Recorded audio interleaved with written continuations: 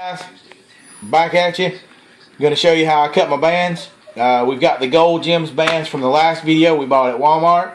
Got a pin to mark them with, metal ruler, rotary cutter, and self-healing mat. Rotary cutter, I sharpen my own blades. You can see this is well used. Don't know how many band sets I've cut with it, but I already made a video on how to sharpen the blades for these things, so I'm not going to go back over that. But I was just going to tell you, you can get replaceable blades. The blades come right off of this, but they're kind of expensive. So sharpening them is a good skill. It's something worthwhile to learn. Like I said, I made another video to do that. If y'all need to know where it is, then I'll be happy to post it up. It's actually already on the site. It's in the how-to section. But anyway, if you get a dog nose in the video, don't worry about it. They like to come see what I'm doing. So anyway, here we go. Here's the band material. You can see the rotary, or the self-healing mat is marked from 0 to 12 inches up short side, and from 0 to 18 inches on the long side. I cut my bands 9 inches, so lay the rubber out. I like to put it right on a line like that, get it nice and even. Get it nice and even at the bottom.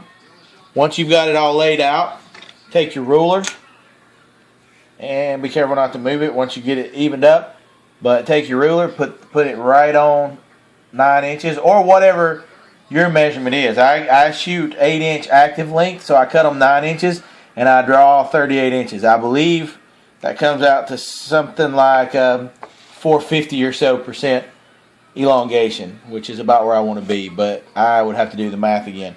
Alright, once everything's even, you've got your ruler placed, you just take your rotary cutter, place it on the side of the ruler, and run it right across. Be careful, don't run it over your fingers, because it is razor sharp. And there you go. Now then, we have our rubber, 9 inches long. I need to mark it off for the bands. These are tapered bands. I'm going to be cutting them 30 millimeters on one side, 20 millimeters on the other. This metal ruler has millimeters on this side. First thing I need to do is to account for my taper on this first side, so I won't have a straight edge. The way that you do that is you subtract one end of your taper from the other, so that would be 30 millimeters. Subtract 20 millimeters, that leaves 10. Alright, since obviously bands have two sides, you need to divide by 2. That's 5 millimeters. So the first mark that I need to make is 5 millimeters. So I'm going to count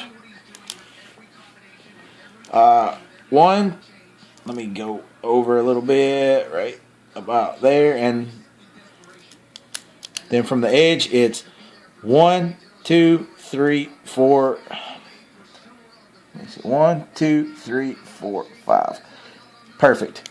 These old man eyes, man. I might have to get my reading glasses out before too much longer doing this. Make a little tick mark right there. Next thing I want to do, I have that at 5 millimeters. So this is going to be my short side. So I want to make my next mark at 20 millimeters. So I'll even that up, put that right there on the edge, and actually put it right there. And then I don't care what the measurement is. You know, like that's on 15 centimeters, whatever. I just want to count 20 millimeters. So that would be 1, 2, 1, 2, 3. And then I'm just going to alternate, go on out here 20 millimeters and then 30, 20 millimeters and then 30. So that was 1, 2, 3, 1, 2, 1, 2, 3, 2, and that's it. That's all that I can get out of this band set. Alright, so you can look at that. I've got 5, 20 millimeters, 30 millimeters, 20 millimeters, 30 millimeters, 20 millimeters. So come down here. Naturally, this is going to be my 30 millimeter side. So I'm going to, same thing, same exact thing, except I don't have to account for the taper at the bottom. I'm going to lay my ruler down on here, even everything up nice and even. I'm going to count over 1, 2, 3, tick mark. 1, 2, 1, 2, 3, 1, 2, 1, 2, 3. And that's all the band sets that I'll be able to get out of this. Alright, next thing, first cut I'm going to make, I'm going to lay it right on the hash mark down to the corner. This is putting the taper in for the first side of the bands. Got this laid in, take my rotary cutter right on the side of the ruler, up through there. Had a little tight spot right there. I have to be careful. Sometimes you got stuff on your mat or something and the cutter doesn't cut it that well. Or you need to sharpen your cutter, one or the other, but it'll be alright for this. Alright, put it on the second hash mark, put it on the last hash mark, along the ruler. Alright, and there's my first band set. That's 20 millimeter, 30 millimeters on the long side, 20 millimeters on the short, with a perfect taper on both sides. Then next hash mark, and you just work your way down the rubber. It couldn't be any easier. And again, if you guys have any questions about anything I'm doing, feel free to send me a message, ask, whatever. I'll be happy to clear it up if I can. If not, we got some really knowledgeable guys on the forum that if I can't do a good job explaining it, I know somebody on there can. So just ask away. Don't be shy. Everybody's, got to start somewhere and learn.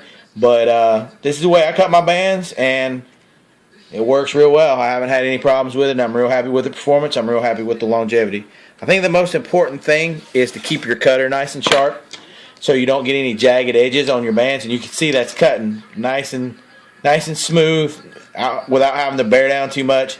I think that's a really important part of cutting your bands. Alright, that's the last one.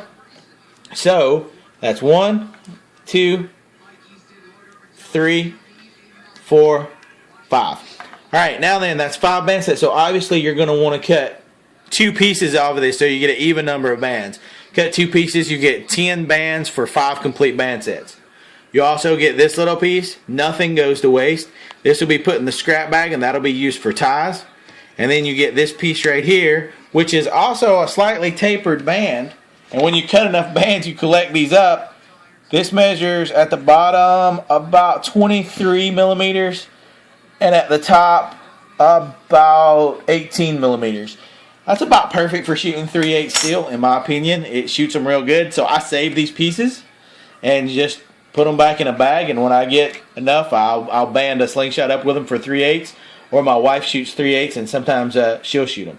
So, alright, I'm going to leave it with you right there, and next video I'll be showing you how I cut my pouches out. So I'll talk to you guys here in a little bit.